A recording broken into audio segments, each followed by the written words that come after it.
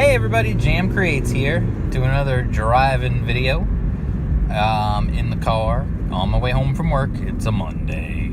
I hate Mondays. That was like Eeyore and Garfield merged into one. Whatever, work's over for the day, so I'm free. Some dude's playing his radio way too loud, so I hope I don't get a copyright strike because of his radio. Actually, I doubt I'll get a copyright strike. I don't get enough views for them to worry about my copyright strikes and all that stuff. Anyway, what I wanted to talk about today, I want to give credit to Clint from Sweetcast. He brought up an interesting topic. He was talking about how on Bleeding Cool, the world's worst website, that's what www stands for, world's worst websites.bleedingcool.com. Rich Johnston had an article trying to make the argument that inexpensive comic books are somehow bad for the industry and that they're going to kill the comic book industry and blah, blah, blah, blah, blah, blah, yakety, smackety, blah, blah. If you remember what that's from, say it in the comments. I'll be very impressed. No, he's talking about how, like, companies like it was clearly written by somebody who doesn't understand business. And if you watch Sweetcast's video about it, I'm not going to try and just redo his video.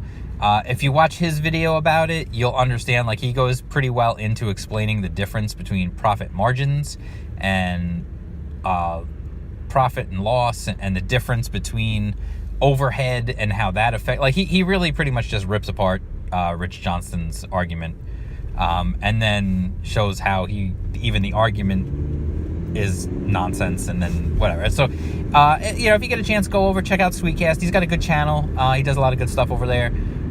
He also has an Indiegogo. I might as well. He inspired me for this video topic, so I might as well pimp his Indiegogo for him. It's called Downcast. Looks pretty good. And it's a comic book, sci-fi, about a floating city and these two kids using the power of gravity to try and save their father. And if they do, the whole city would collapse. It's a whole pretty high concept, cool sounding sci-fi story. The art looks good. Check it out. It's called Downcast. It's on Indiegogo. He's crowdfunding right now. So anyway, that out of the way. By the way, this video is in no way brought to you by Sweetcast. Other than the fact that he inspired me to talk about something. And I'm not going to talk about the same thing he did, but what I am going to talk about is he was saying, like, he doesn't understand. He sees Rich Johnston as the only one who's ever seemed to try to make this case that comic books should actually be more expensive. I guess he thinks a $5 cover price is not high enough. And the funny thing is he in his video, Clint is like, I don't understand where this is coming from. I do. Or at least I think I do. Insofar as I've seen this before. This is not a new play out of the playbook here. Where I've saw it before is in the video game space. Years ago. I'm talking years and years ago. I'm a long-time gamer from the time I was little. And I was, up until recently, until I decided to stop focusing on everybody else's stuff and start getting real serious about creating my own thing, and cut things out that really were irrelevant and were taking away from my time to create. I was a huge follower of the video game space, of the industry, of the business, all of it, like not just playing the games, but really like following the industry and the trends and all that stuff. And one thing that I saw that at the time I didn't completely understand, but I have a better handle on it, I think, now. There was a time when I believe it was from when we were going from like the PS2 original Xbox to the PlayStation 3, Xbox 360 era. I think it was that era. Or I don't think it was as recent as from like the 360 to the Xbox One. I'm pretty sure it was before that. When the prices, basically Microsoft was pretty much the first one out of the gate to do it, and everyone followed suit. games had generally been $50. And suddenly, Microsoft basically like floated the idea that, you know what, from now on, we're going to make the standard price of a game $60. It's going to go up $10, maybe even $70. They weren't quite sure where they were going to go with it.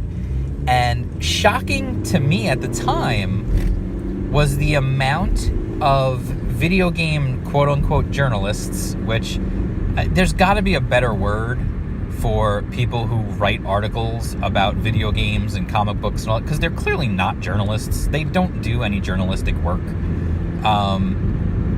There's like maybe one or two who even attempt to be journalists. Everybody else just copies press releases and tells people what the PR person for the software company tells them to say.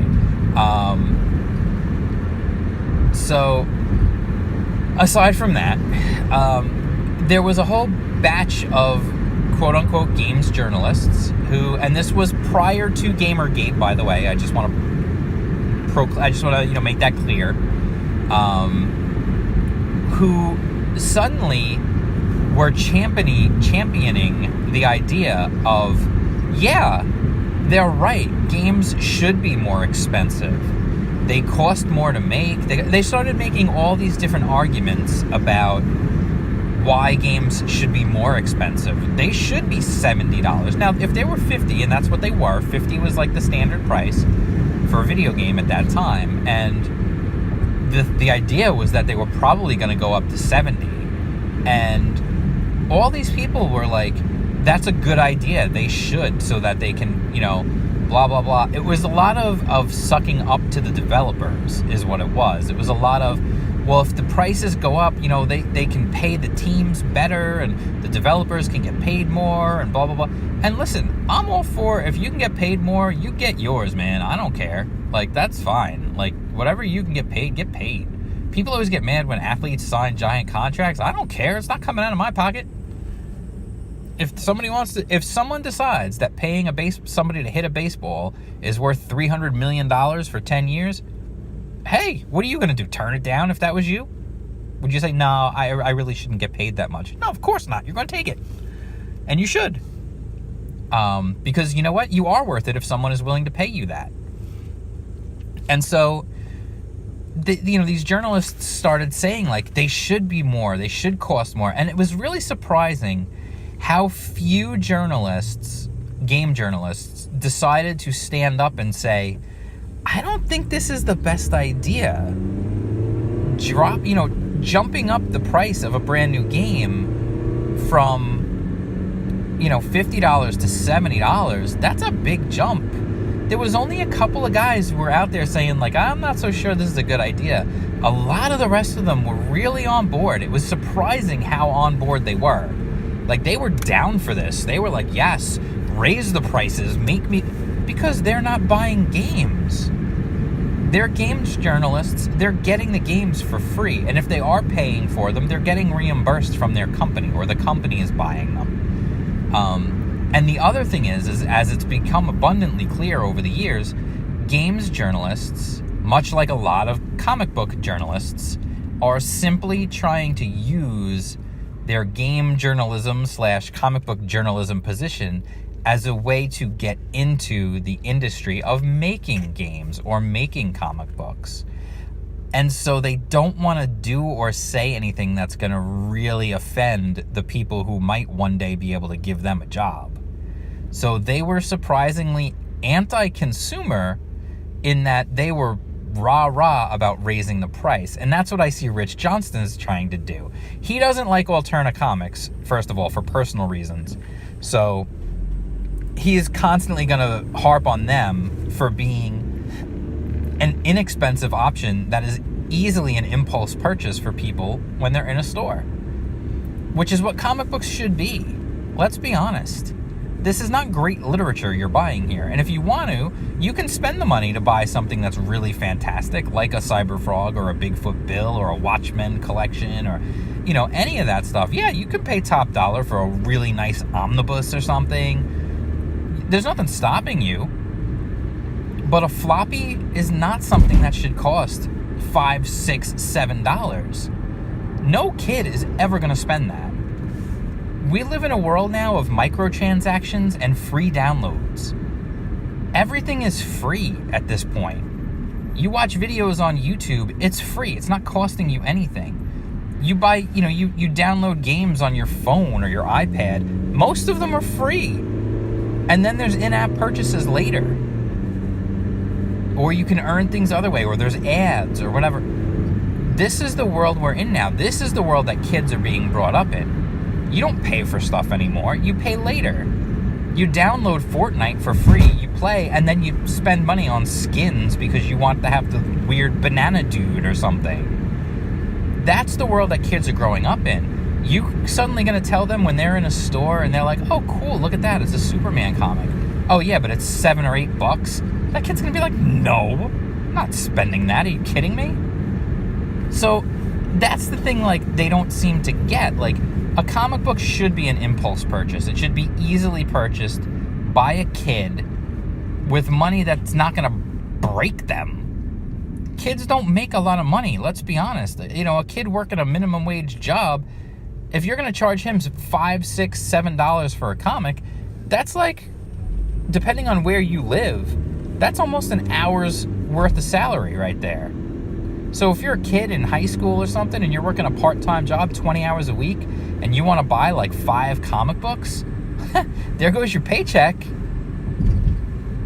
It doesn't make any sense. And no one wants to stand up. No one back then wanted to stand up for the consumer.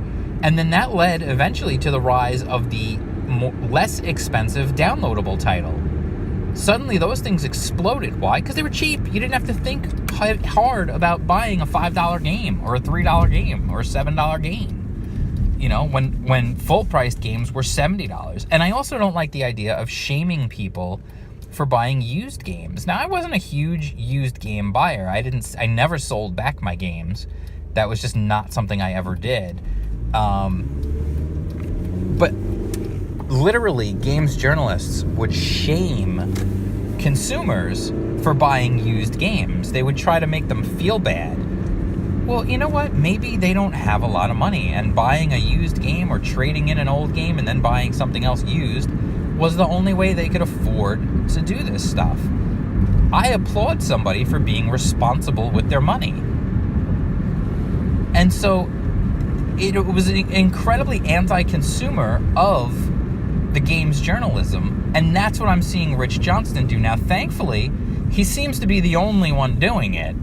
But then again, there's not nearly as much comic book journalists as there are gaming journalists, because the comic book industry is not nearly as big.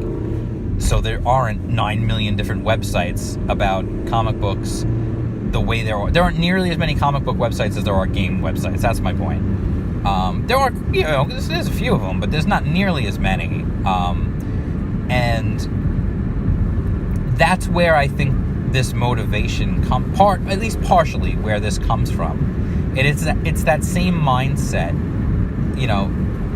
I'm sure Rich Johnston is not paying for any comic books that come to him from Marvel or DC. I'm sure they're comping him because they want the coverage. So I'm sure they're going to comp him whatever he's getting. So what does he care how much it costs? If he's not paying for it, who cares?